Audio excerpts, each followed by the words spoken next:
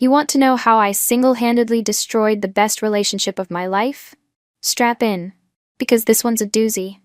I'm Tina, 28, and I'm about to tell you how I let my own insecurities trick me into leaving a man who truly loved me, only to realize, way too late, what I'd thrown away. Bennett and I met at my friend Jenna's backyard barbecue 3 years ago. I almost skipped it. Had a killer headache and just wanted to binge-watch reality TV in my pajamas. But Jenna practically dragged me there. Thank God she did, because that's where I locked eyes with Bennett across a crowded patio. He wasn't what I'd call conventionally hot. More of that quiet, thoughtful type with intelligent eyes and a smile that made you feel like you were in on some private joke. When Jenna introduced us, he completely surprised me. Instead of the obvious once-over most guys give, he immediately asked about the true crime podcast Jenna had mentioned I was obsessed with. We ended up talking for hours while everyone else played drinking games. By the end of the night, I knew he worked in tech, could make a ridiculous chocolate chip cookie, and had the most adorable habit of running his hand through his hair when he was thinking hard about something. Our relationship developed so naturally it almost felt too easy. Coffee shop run-ins turned into intentional dates, casual texts evolved into hours-long phone calls. On our third official date, we got caught in a surprise downpour during a hike and ended up sheltering in his car, soaking wet and laughing hysterically. When he kissed me that day, raindrops still clinging to his eyelashes, I swear I felt something click into place. This was different. I won't lie. Our chemistry was off the charts. We couldn't keep our hands off each other those first months. Sometimes we'd be cooking dinner and wouldn't even make it to the bedroom. The way he looked at me made me feel beautiful in ways no compliment ever could. I remember specific moments, him tracing the curve of my waist, whispering how perfect I felt in his arms, the intensity in his eyes when he pulled me toward him. My friends were immediately obsessed with him, especially my best friend Lacey. "Girl, he looks at you like you hung the moon," she'd say after group hangouts. Even my perpetually skeptical mother admitted he seemed decent enough, which, coming from a woman who'd spent the last decade convinced every man I dated was secretly a con artist, was practically a ringing endorsement. We moved in together after 8 months, found this cute 2-bedroom with a tiny balcony where Bennett attempted and spectacularly failed at growing herbs. Those early days of cohabitation were blissful. Morning coffee routines, evening cuddles on the couch with my feet in his lap, and yes, plenty of passionate physical connection. I remember thinking how lucky I was, how I'd somehow skipped all the relationship drama my friends constantly complained about. Bennett and I rarely fought. When issues came up, he'd approach them with this calm, problem-solving attitude that initially I found incredibly reassuring. He'd listen to my perspective, suggest compromises, and we'd move on.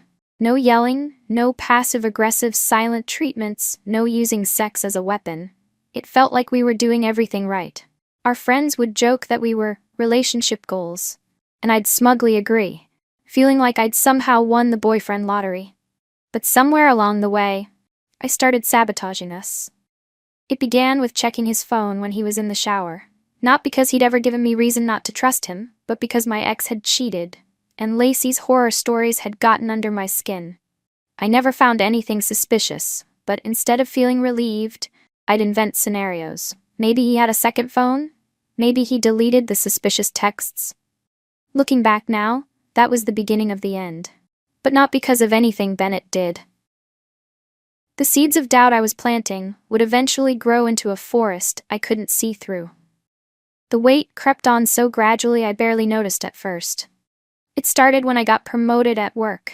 Suddenly I was managing a team, drowning in meetings, and stress-eating my way through lunch at my desk. Fast food became my go-to, because who had time to meal prep? Bennett would offer to cook healthy dinners, but I'd usually already demolished a burger and fries before getting home.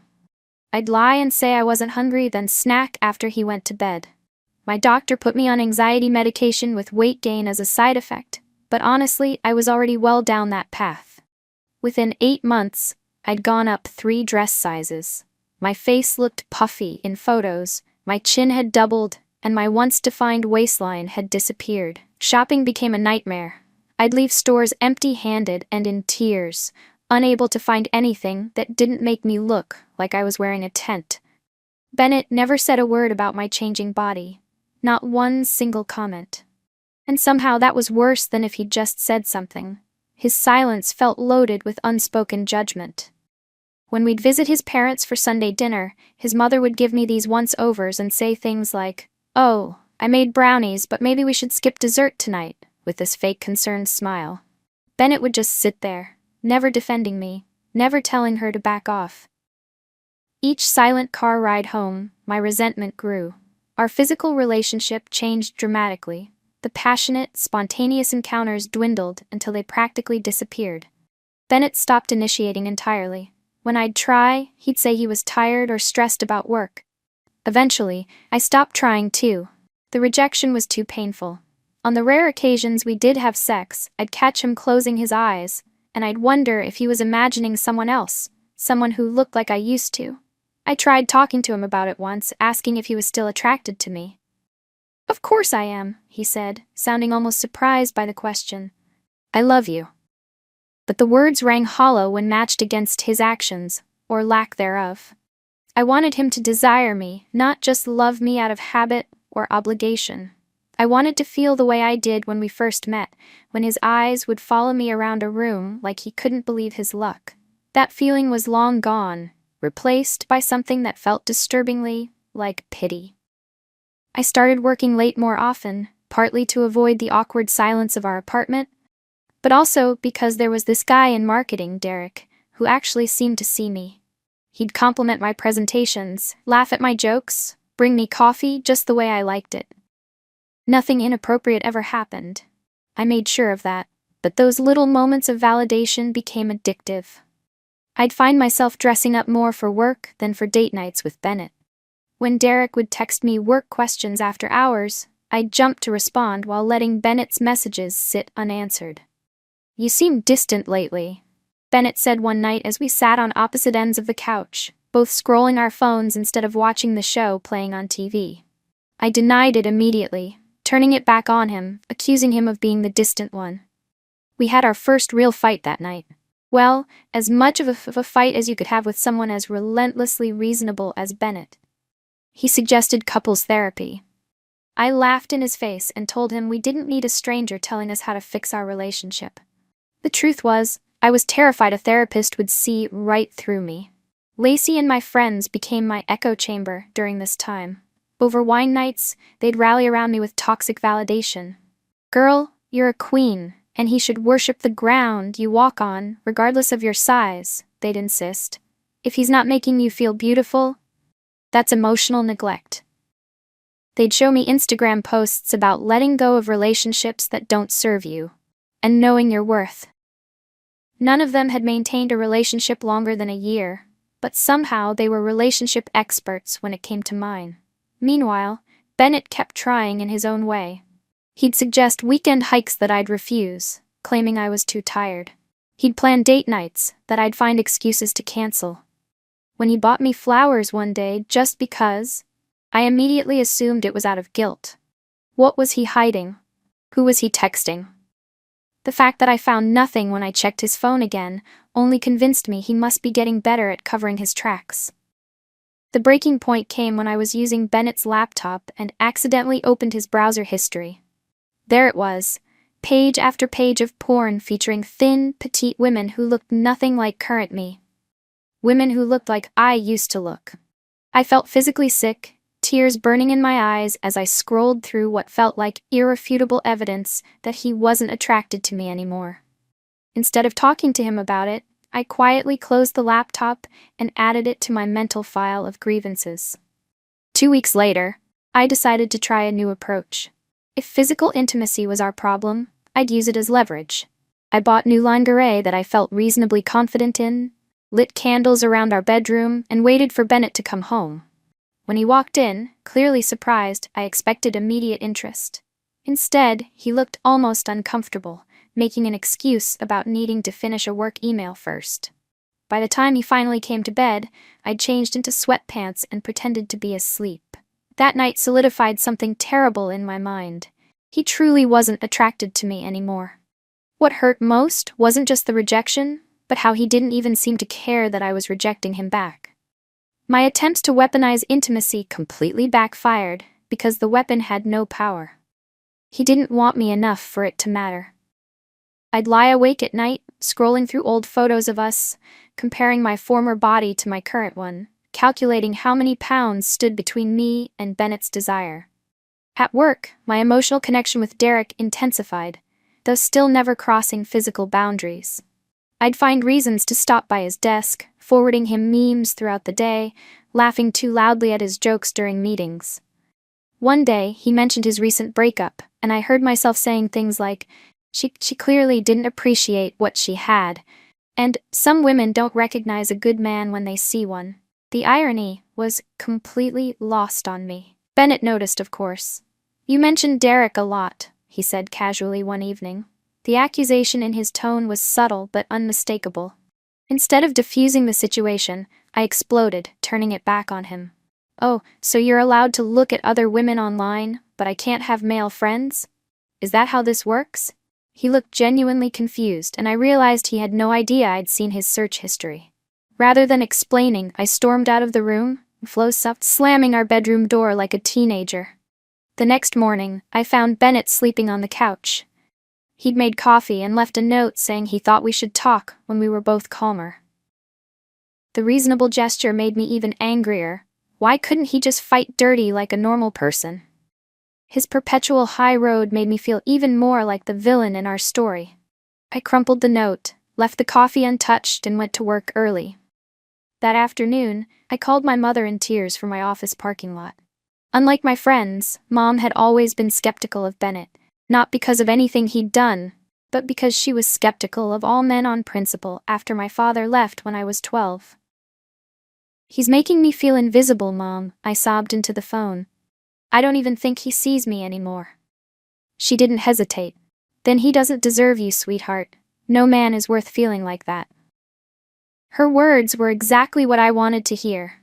Validation that I was the wronged party here. When I got home that evening, Bennett had prepared my favorite dinner. I think we need to talk about what's happening with us, he said, his voice gentle but serious. I feel like you're pulling away, and I don't know why. Something in me snapped. All the insecurity, all the resentment, all the projected shame came pouring out in the cruelest words I've ever said. Maybe I'm pulling away because I'm not attracted to you anymore, I spat, watching his face fall. Maybe I'm tired of pretending that this boring routine we've fallen into is enough for me.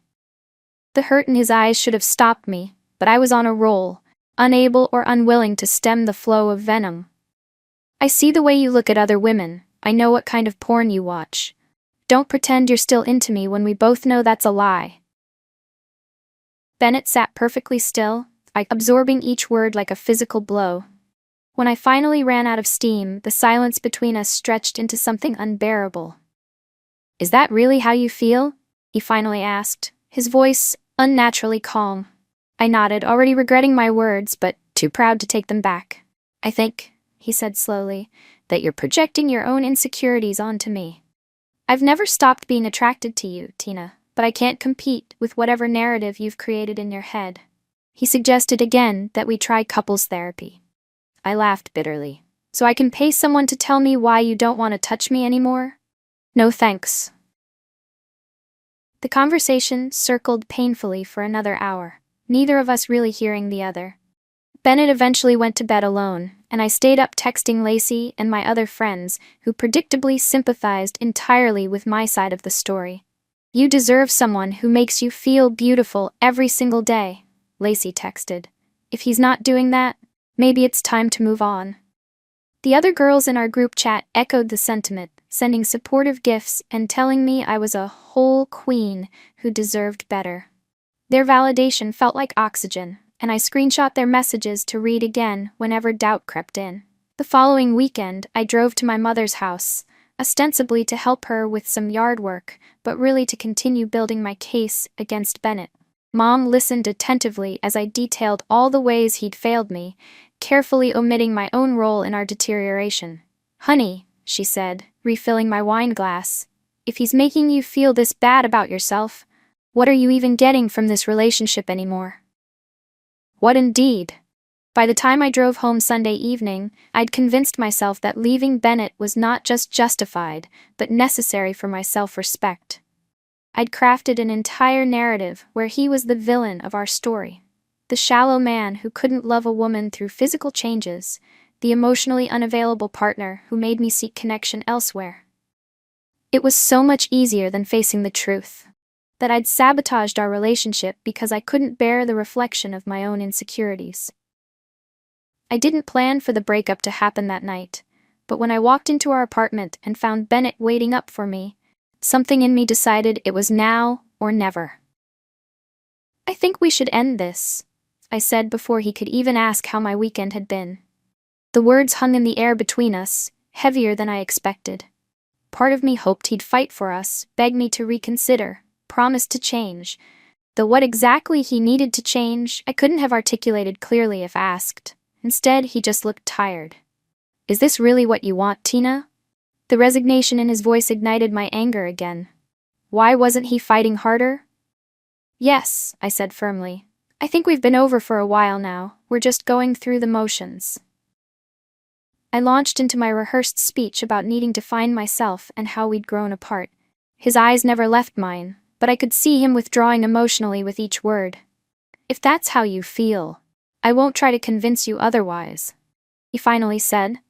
"But I think you're making a mistake based on assumptions that aren't true." The calm way he said it, like he was discussing a minor disagreement about dinner plans rather than the end of our 3-year relationship, made me even more certain I was doing the right thing. Someone who truly loved me would be falling apart right now, wouldn't they? The logistics happened with surreal efficiency. I found an overpriced 1-bedroom I could barely afford. Bennett helped me move, which somehow made me resent him more. Why couldn't he just be awful and validate my decision?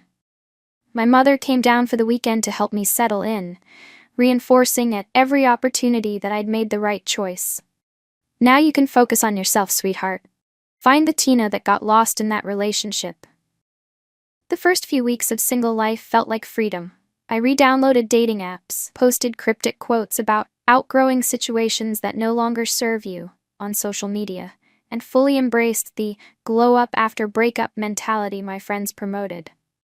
I bought new clothes that flattered my current body, experimented with different gut techniques Lacey showed me, and started posting more selfies than I had in months.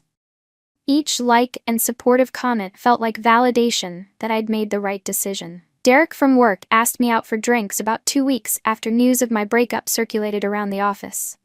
I said yes immediately, excited by the prospect of someone who'd pursued me despite my weight gain. The date was fine. Pleasant conversation, mild flirtation, but when he kissed me goodnight, I felt nothing. No spark, no butterflies, none of the chemistry I'd convinced myself would be there. I made excuses when he texted about a second date. Similar scenarios played out over the next few months.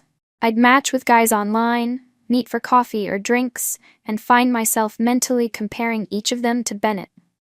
This one talked too much about himself. That one had an annoying laugh. Another wasn't ambitious enough. I'd return to my empty apartment after these dates, scrolling through social media to avoid the growing hollow feeling in my chest. Bennett and I had agreed to minimal contact to give each other space to move on, but I still found myself checking his Instagram regularly. At first, there wasn't much to see. Occasional photos of hikes or meals with friends, nothing that suggested he was devastated by our breakup, which irritated me more than I cared to admit. Where was his emotional breakdown? Where were his sad song lyrics and cryptic posts about heartbreak? 4 months after our breakup, he posted a photo from the airport. "Sometimes you need to get lost to find yourself. Chashed solo traveler, new adventures." The caption hit me like a physical blow. That trip to Portugal had been something we'd talked about doing together someday. Now he was going alone, without a second thought for our shared dream. The comment section was filled with encouraging messages from friends, including several female names I didn't recognize. I threw my phone across the room, then immediately retrieved it to continue torturing myself by zooming in on his smile, analyzing whether it looked genuine or forced. Reality began setting in slowly, then all at once. One night, After another mediocre date with a guy who spent the entire evening talking about his CrossFit routine, I found myself sobbing in my car in the restaurant parking lot. The truth I'd been avoiding crashed over me in waves. I'd walked away from someone who genuinely loved me because I couldn't love myself. I'd projected all my insecurities onto Bennett, creating problems that weren't there and ignoring the ones that were. Mainly, my own toxic mindset. I called Lacey, desperate for the validation that had become my emotional crutch. "Do you think I made a mistake leaving Bennett?" I asked through tears. Her response shocked me. "Honestly, yeah, maybe you did. He was kind of perfect for you. But you seemed so sure at the time." The betrayal stung sharply. Where was the unwavering support? The "you're better off without him" pep talk? "But you were the one who said I deserved someone who made me feel beautiful," I reminded her. "I mean, yeah," she backpedaled. "But I was just supporting whatever you wanted to do. You were the one who said he wasn't making you feel good enough." The conversation left me feeling even more alone. Had my friends just been telling me what I wanted to hear all along? Had my mother's support been more about her own baggage than my situation? For the first time, I had to face the possibility that I'd been the architect of my own unhappiness. Bennett's social media became my obsession over the next several months. I watched from afar as he seemed to transform into an even better version of himself after our breakup. More travel photos appeared, hiking in national parks, exploring cities I'd never even mentioned wanting to visit. He looked different too. Though he never posted anything explicitly about fitness, I could see the changes in his face and body. He was getting in shape, looking better than he had when we were together. Meanwhile, my life was stagnating. The initial post-breakup energy had faded, leaving me in a routine of work, takeout food, and mindless scrolling. My weight continued to climb as I comforted myself with food and alcohol. The cute new clothes I'd bought no longer fit properly. Dating had become such a depressing experience that I'd all but given up, canceling plans more often than keeping them. My apartment, once a symbol of my independence, now felt like a sad, empty box where I retreated from the world. Even my friends had started pulling away. Lacey, once my most reliable source of validation, began taking longer to respond to texts and becoming conveniently busy when I suggested wine nights. "Sorry, just swamped with work," she'd text, though her Instagram stories showed her out with other friends. When we did get together, the conversation felt strained, like she was tired of hearing the same complaints about my life without seeing any attempts to change it. My mother still provided unconditional support, but even she had started to shift her perspective. "Have you thought about reaching out to Bennett?" she asked during one of our weekly calls, shocking me into silence. "Mom, you were the one who told me I was better off without him," I reminded her. "Well, sometimes mothers tell their daughters what they need to hear in the moment," she replied vaguely. "But you don't seem happier without him." The suggestion felt like a betrayal. Another person in my life refusing to maintain the narrative I'd constructed. 6 months after our breakup, I hit rock bottom. Scrolling through social media late one night, I came across a photo that stopped my heart. Bennett, smiling broadly with his arm around a pretty blonde woman I'd never seen before. They were at some rooftop bar, golden hour lighting making them both look like they were glowing. The caption was simple: "Good times with good people." Nothing explicitly romantic, but the body language between them spoke volumes. I spent hours that night stalking this woman's profile, comparing myself to her in every possible way. She was fit, but not skinny, with the kind of athletic build that suggested she actually enjoyed exercise rather than enduring it. Her page was filled with hiking photos, cooking experiments, and genuine smiles, not the carefully posed, filtered selfies that dominated my feed. She seemed authentic in a way that made my carefully curated online persona feel hollow and pathetic. The next morning, I called in sick to work and did something I never thought I'd do. I texted Bennett. "Hey, been thinking about you. How have you been?" The 3 dots appeared immediately, making my heart race, then disappeared for several minutes before his response finally came through. "I'm doing well, thanks. Hope you're good too." The politeness of it, the complete lack of emotion or invitation to continue the conversation, felt like a door closing firmly in my face. I couldn't help myself. I miss talking to you. Maybe we could grab coffee sometime? This time, the response took even longer. I don't think that would be a good idea right now, Tina. I've moved on, and I think it's best if we both continue on our separate paths. Each word felt like a tiny knife. He'd moved on. Of course he had. I'd been watching it happen in real time through my phone screen, torturing myself with evidence of his happiness without me. That night, while devouring a pint of ice cream and 3 glasses of wine, I made the catastrophic decision to text again. Is it because of her? The blonde in your photos? You moved on pretty quickly. I regretted it immediately, but it was too late to unsend. His response was uncharacteristically blunt. This is exactly why coffee isn't a good idea. My personal life isn't your concern anymore, Tina. You made that choice. Then after a moment, I hope you find whatever it is you're looking for. The finality of it left me sobbing on my kitchen floor. In the days that followed, I spiraled into a dark place. I called in sick again, ignored texts from the few friends still checking on me, and alternated between sleeping too much and not at all. My apartment became a reflection of my mental state. Dishes piled in the sink, laundry overflowing the hamper, takeout containers, creating an archaeological record of my decline. I couldn't even bear to look at social media anymore, each glimpse of Bennett's thriving life a reminder of what I'd thrown away. The wake-up call came from the most unexpected source. My normally supportive mother showed up unannounced at my apartment, took one look at the state of both it and me, and said something she'd never said before. Tina, this has gone far enough. You need to take responsibility for your choices. But Mom, you were the one who... I began. Yes, I encouraged you to leave because you convinced me he was making you miserable, she interrupted. But I'm starting to think you were making yourself miserable, and he was just a convenient target. Her words struck with the particular pain of truth. You can blame me, you can blame your friends, you can even blame Bennett. But at some point, sweetheart, you have to look in the mirror. She stayed the weekend, helping me clean my apartment and listening as I finally allowed myself to be honest about what had happened. How I'd projected all my insecurities onto Bennett. How I'd misinterpreted his patience as indifference. How I'd created problems where none existed because it was easier than admitting that I was the problem. A week ago, Bennett posted a new photo.